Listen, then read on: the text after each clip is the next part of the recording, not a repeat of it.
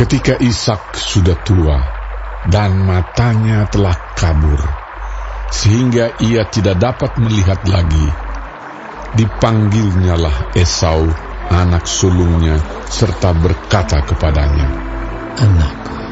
Sahut Esau, "Ya, Bapak." Berkatalah Ishak, "Lihat, aku sudah tua. Aku tidak tahu bila hari kematianku. Maka sekarang, ambillah senjatamu, tabung panah dan busurmu. Pergilah ke padang dan burulah bagiku seekor binatang. Olahlah bagiku makanan yang enak, seperti yang ku gemari. Sesudah itu bawalah kepadaku, supaya ku makan, agar aku memberkati engkau sebelum aku mati." Tetapi Ribka mendengarkannya ketika Ishak berkata kepada Esau anaknya. Setelah Esau pergi ke padang memburu seekor binatang untuk dibawanya kepada ayahnya, berkatalah Ribka kepada Yakub anaknya, "Telah kudengar ayahmu berkata kepada Esau kakakmu, bawalah bagiku seekor binatang buruan, dan olahlah bagiku makanan yang enak, supaya ku makan, dan supaya aku memberkati engkau di hadapan Tuhan sebelum aku mati. Maka sekarang anakku, dengarkanlah perkataanku seperti yang kuperintahkan kepadamu. Pergilah ke tempat kambing domba kita, ambillah dari sana 2 anak kambing yang baik. Maka aku akan mengolahnya menjadi makanan yang enak bagi ayahmu, seperti yang digemarinya. Bawalah itu kepada ayahmu, supaya dimakannya, agar dia memberkati engkau sebelum ia mati." Lalu kata Yakub kepada Ribka ibunya, "Tetapi Esau kakakku adalah seorang yang berbulu badannya, sedang aku ini kulit licin. Mungkin ayahku akan meraba aku, maka nanti ia akan menyangka bahwa aku mau memperolok-olokkan dia. Dengan demikian, aku akan mendatangkan kutuk atas diriku dan bukan berkat." Tetapi ibunya berkata kepadanya, "Akulah yang akan menanggung kutuk itu, anakku. Dengarkan saja perkataanku. Pergilah, ambil kambing-kambing itu." Lalu ia pergi mengambil kambing-kambing itu dan membawanya kepada ibunya. Sesudah itu ibunya mengolah makanan yang enak seperti yang digemari ayahnya. Kemudian Ribka mengambil pakaian yang indah kepunyaan Esau, anak sulungnya, pakaian yang disimpannya di rumah, lalu disuruhnyalah dikenakan oleh Yakub, anak bungsunya. Dan kulit anak kambing itu dipalutkannya kepada kedua tangan Yakub dan pada lehernya yang licin itu. Lalu ia memberikan makanan yang enak dan roti yang telah diolahnya itu kepada Yakub anaknya. Demikianlah Yakub masuk ke tempat ayahnya serta berkata, "Bapa." Sahut ayahnya, "Ya anakku, siapakah engkau?" Kata Yakub kepada ayahnya, "Akulah Esau anak sulungmu. Telah aku lakukan seperti yang Bapa katakan kepadaku. Bangunlah, duduklah dan makanlah daging buruan masakanku ini, agar Bapa memberkati aku." Lalu Ishak berkata kepada anaknya itu, "Lekas juga engkau mendapatnya, anakku." Jawabnya, "Karena Tuhan, Allahmu, membuat aku mencapai tujuanku." Lalu kata Ishak kepada Yakub, "Datanglah mendekat, anakku, supaya aku meraba engkau. Apakah engkau ini anakku Esau atau bukan?" Maka Yakub mendekati Ishak, ayahnya, dan ayahnya itu merabanya serta berkata, "Kalau suara suara Yakub. Kalau tangan Esau. Jadi Ishak tidak mengenal dia, karena tangannya berbulu seperti tangan Esau, kakaknya. Ishak hendak memberkati dia, tetapi ia masih bertanya, Benarkah engkau ini anakku, Esau? Jawabnya, Iya. lalu berkatalah Ishak, Dekatkanlah makanan itu kepadaku, supaya aku makan daging buruan masakan anakku, agar aku memberkati engkau.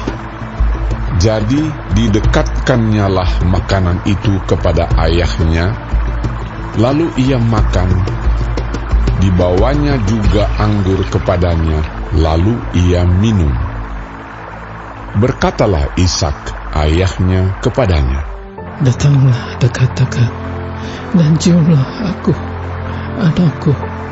Lalu datanglah Yakub dekat-dekat, dan diciumnyalah ayahnya. Ketika Ishak mencium bau pakaian Yakub, diberkatinyalah dia, katanya, Sesungguhnya bau anakku adalah sebagai bau padang yang diberkati Tuhan. Allah akan memberikan kepadamu embun yang dari langit, dan tanah-tanah gemuk di bumi, dan gandum serta anggur berlimpah-limpah. Bangsa-bangsa akan takluk kepadamu, dan suku-suku bangsa akan sujud kepadamu. Jadilah tuan atas saudara-saudaramu, dan anak-anak ibumu akan sujud kepadamu. Siapa yang mengutuk engkau, terkutuklah ia, dan siapa yang memberkati engkau, diberkatilah ia. Setelah Ishak selesai memberkati Yakub, dan baru saja Yakub keluar meninggalkan Ishak ayahnya, pulanglah Esau kakaknya dari berburu. Ia juga menyediakan makanan yang enak, lalu membawanya kepada ayahnya. Katanya kepada ayahnya, Bapa, bangunlah dan makan daging buruan masakan anakmu, agar engkau memberkati aku. Tetapi kata Ishak ayahnya kepadanya, Siapakah engkau ini? Sahutnya, Akulah anakmu, anak sulungmu, Esau. lalu terkejutlah Ishak dengan sangat serta berkata, Siapakah gerangan dia yang memburu binatang itu dan yang telah membawanya kepadaku? Aku telah memakan semuanya sebelum engkau datang dan telah memberkati dia, dan dia akan tetap orang yang diberkati. Sesudah Esau mendengar perkataan ayahnya itu, meraung-raunglah ia dengan sangat keras dalam kepedihan hatinya, serta berkata kepada ayahnya, Berkatilah aku ini juga, ya Bapa. Jawab ayahnya, Adikmu telah datang dengan tipu daya dan telah merampas berkat yang untukmu itu. kata Esau, Bukankah tepat namanya Yakub? Karena ia telah 2 kali menipu aku. Hak kesulunganku telah dirampasnya, dan sekarang dirampasnya pula berkat yang untukku. Lalu katanya, Apakah Bapa tidak mempunyai berkat lain bagiku? lalu Ishak menjawab Esau, katanya, Sesungguhnya telah kuangkat dia menjadi tuan atas engkau, dan segala saudaranya telah kuberikan kepadanya menjadi hambanya, dan telah kubekali dia dengan gandum dan anggur. Maka kepadamu, apalagi yang dapat kuperbuat, ya anakku? kata Esau kepada ayahnya, Hanya berkat yang satu itukah ada padamu, ya Bapa? Berkatilah aku ini juga, ya Bapa. Dan dengan suara keras menangislah Esau. Lalu Ishak, ayahnya, menjawabnya, Sesungguhnya tempat kediaman akan jauh dari tanah-tanah gemuk di bumi dan jauh dari embun dari langit di atas. Engkau akan hidup dari pedangmu, dan engkau akan menjadi hamba adikmu. Tetapi akan terjadi kelak apabila engkau berusaha sungguh-sungguh, maka engkau akan melemparkan kuk itu dari tenggukmu. Esau menaruh dendam kepada Yakub karena berkat yang telah diberikan oleh ayahnya kepadanya. Lalu ia berkata kepada dirinya sendiri, Hari-hari berkabung karena kematian ayahku itu tidak akan lama lagi. Pada waktu itulah Yakub, adikku, akan kubunuh. Ketika diberitahukan perkataan Esau, anak sulungnya itu, kepada Ribka, maka disuruhnyalah memanggil Yakub, anak bungsunya, lalu berkata kepadanya, Esau, kakakmu, bermaksud membalas dendam membunuh engkau.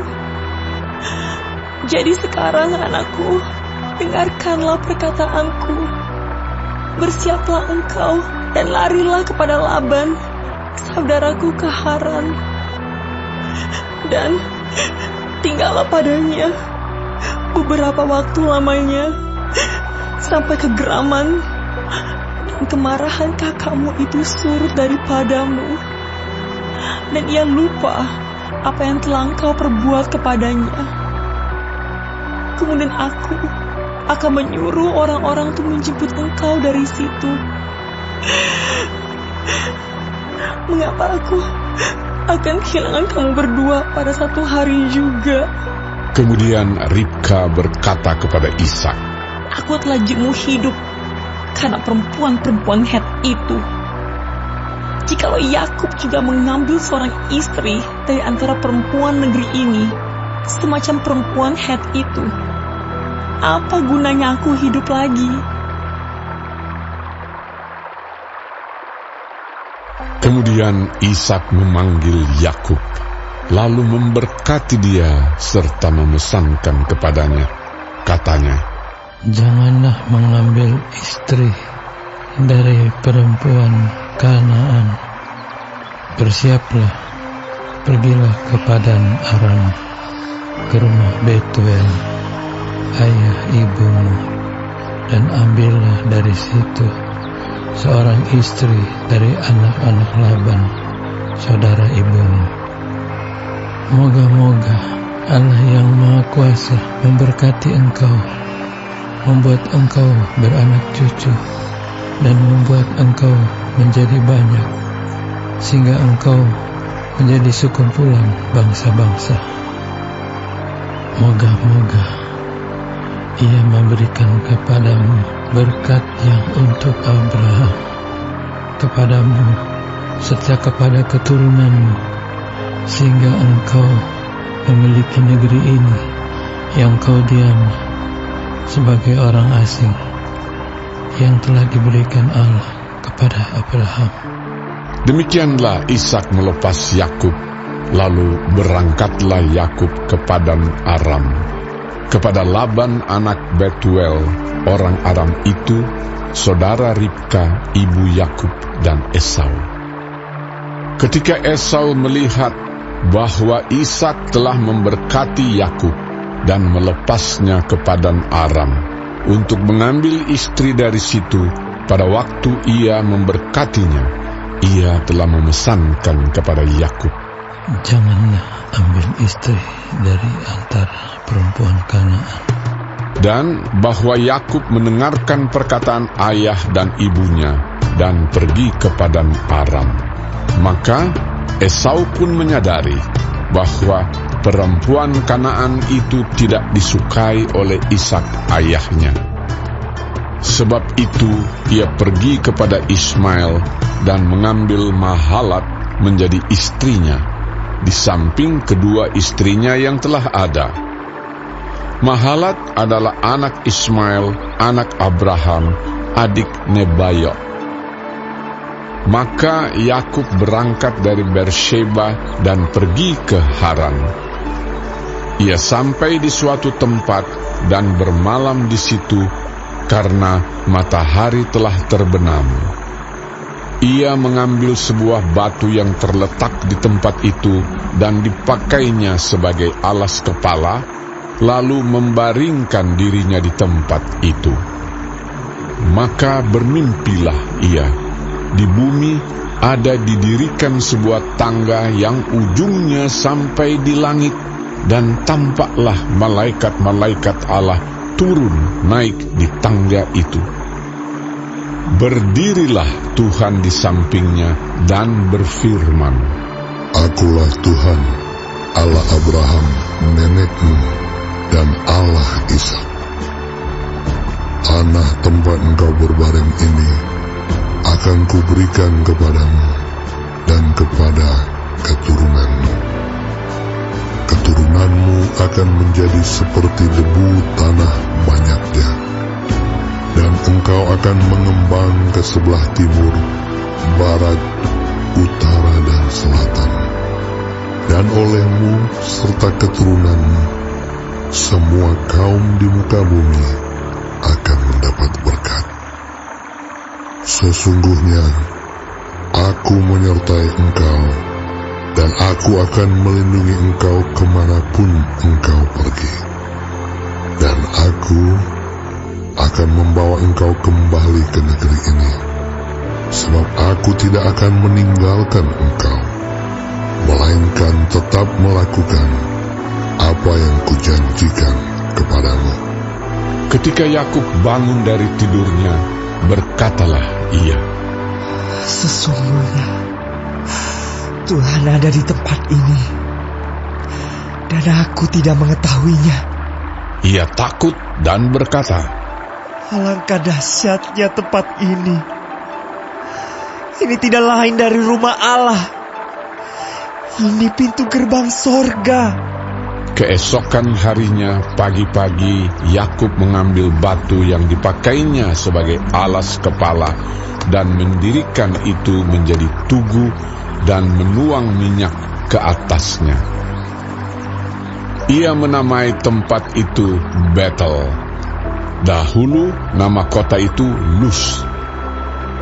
Lalu bernasarlah Yakub, Jika Allah akan menyertai dan akan melindungi aku di jalan yang kutempuh ini, memberikan kepadaku roti untuk dimakan dan pakaian untuk dipakai, sehingga aku selamat kembali ke rumah ayahku, maka Tuhan akan menjadi Allahku, dan batu yang kudirikan sebagai tugu ini akan menjadi rumah Allah. Dari segala sesuatu yang engkau berikan kepadaku, akan selalu kupersembahkan 1/10 kepadamu. Kemudian berangkatlah Yakub dari situ dan pergi ke negeri Bani Timur. Ketika ia memandang sekelilingnya, dilihatnya ada sebuah sumur di padang, dan ada 3 kumpulan kambing domba berbaring di dekatnya. Sebab dari sumur itulah orang memberi minum kumpulan-kumpulan kambing domba itu. Adapun batu penutup sumur itu besar, dan apabila segala kumpulan kambing domba itu digiring berkumpul ke sana, maka gembala-gembala menggulingkan batu itu dari mulut sumur. Lalu kambing domba itu diberi minum, kemudian dikembalikanlah batu itu lagi ke mulut sumur itu. Bertanyalah Yakub kepada mereka, Saudara-saudara, dari manakah kamu ini? Jawab mereka, Kami ini dari Haran. lagi katanya kepada mereka, Kenalkah kamu Laban, cucu Nahor? Jawab mereka. Kami kenal. Selanjutnya katanya kepada mereka. Selamatkah ia? Jawab mereka. Selamat. Tetapi lihat, itu datang anaknya perempuan, Rahel, dengan kambing dombanya. Lalu kata Yakub, Hari masih siang, belum waktunya untuk mengumpulkan ternak. Berilah minum kambing dombamu itu, kemudian pergilah menggembalakannya lagi. tetapi jawab mereka, Kami tidak dapat melakukan itu selama segala kumpulan binatang itu belum berkumpul. Barulah batu itu digulingkan dari mulut sumur, dan kami memberi minum kambing domba kami. selagi ia berkata-kata dengan mereka, datanglah Rahel dengan kambing domba ayahnya, sebab dialah yang menggembalakannya. Ketika Yakub melihat Rahel, anak Laban saudara ibunya, serta kambing domba Laban, ia datang mendekat, lalu menggulingkan batu itu dari mulut sumur dan memberi minum kambing domba itu. Kemudian Yakub mencium Rahel serta menangis dengan suara keras. Lalu Yakub menceritakan kepada Rahel bahwa ia sanak saudara ayah Rahel dan anak Ribka. Maka berlarilah Rahel menceritakannya kepada ayahnya. Segera sesudah Laban mendengar kabar tentang Yakub, anak saudaranya itu, berlarilah ia menyongsong dia, lalu mendekat dan mencium dia. Kemudian membawanya ke rumahnya. Maka Yakub menceritakan segala hal ihwalnya kepada Laban. Kata Laban kepadanya, Sesungguhnya engkau saudara sedaging dengan aku. maka tinggallah Yakub padanya genap sebulan lamanya. Kemudian berkatalah Laban kepada Yakub, Masakah karena engkau adalah sanak saudaraku, engkau bekerja padaku dengan cuma-cuma? Katakanlah kepadaku, apa yang patut menjadi upahmu? Laban mempunyai 2 anak perempuan, yang lebih tua namanya Lea, dan yang lebih muda namanya Rahel. Lea tidak berseri matanya, tetapi Rahel itu elok sikapnya dan cantik parasnya. Yakub cinta kepada Rahel, sebab itu ia berkata, Aku mau bekerja padamu 7 tahun lamanya untuk mendapat Rahel, anakmu yang lebih muda itu. Sahut Laban, Lebih baiklah ia kuberikan kepadamu daripada kepada orang lain. Maka tinggallah padaku. Jadi bekerjalah Yakub 7 tahun lamanya untuk mendapat Rahel itu. Tetapi yang 7 tahun itu dianggapnya seperti beberapa hari saja karena cintanya kepada Rahel. Sesudah itu berkatalah Yakub kepada Laban, Berikanlah kepadaku bakal istriku itu, sebab jangka waktuku telah genap, supaya aku akan kawin dengan dia. Lalu Laban mengundang semua orang di tempat itu dan mengadakan perjamuan. Tetapi pada waktu malam diambilnyalah Lea, anaknya, lalu dibawanya kepada Yakub. Maka Yakub pun menghampiri dia. Lagi pula Laban memberikan Zilpa, budaknya perempuan, kepada Lea, anaknya itu, menjadi budaknya. Tetapi pada waktu pagi tampaklah bahwa itu Lea. Lalu berkatalah Yakub kepada Laban, Apakah yang kau perbuat terhadap aku ini? Bukankah untuk mendapat Rahel aku bekerja padamu? Mengapa engkau menipu aku? Jawab Laban, Tidak biasa orang berbuat demikian di tempat kami ini, mengawinkan adiknya lebih dahulu daripada kakaknya. Kenapilah dahulu 7 hari perkawinanmu dengan anakku ini. Kemudian anakku yang lain pun akan diberikan kepadamu sebagai upah.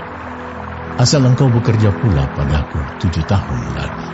Maka Yakub berbuat demikian. Ia menggenapi ke-7 hari perkawinannya dengan Lea. Kemudian Laban memberikan kepadanya Rahel, anaknya itu, menjadi istrinya. Lagi pula, Laban memberikan Bilha, budaknya perempuan, kepada Rahel, anaknya itu, menjadi budaknya. Yakub menghampiri Rahel juga, malah ia lebih cinta kepada Rahel daripada kepada Lea. Demikianlah ia bekerja pula pada Laban 7 tahun lagi. Ketika Tuhan melihat bahwa Lea tidak dicintai, dibukanyalah kandungannya, tetapi Rahel mandul. Lea mengandung, lalu melahirkan seorang anak laki-laki dan menamainya Ruben, sebab katanya, "Sungguhnya Tuhan telah memperhatikan kesengsaraanku. Sekarang tentulah aku akan dicintai oleh suamiku." Mengandung pulalah ia, lalu melahirkan seorang anak laki-laki, maka ia berkata, "Sesungguhnya Tuhan telah mendengar bahwa aku tidak dicintai, lalu diberikannya pula anak ini kepadaku." Maka ia menamai anak itu Simeon. Mengandung pulalah ia, lalu melahirkan seorang anak laki-laki, maka ia berkata, "Sekali ini suamiku akan lebih erat kepadaku, karena aku telah melahirkan 3 anak laki-laki baginya." Itulah sebabnya ia menamai anak itu Lewi. Mengandung pulalah ia, lalu melahirkan seorang anak laki-laki, maka ia berkata, "Sekali ini aku akan bersyukur kepada Tuhan." Itulah sebabnya ia menamai anak itu Yehuda. Sesudah itu ia tidak melahirkan lagi.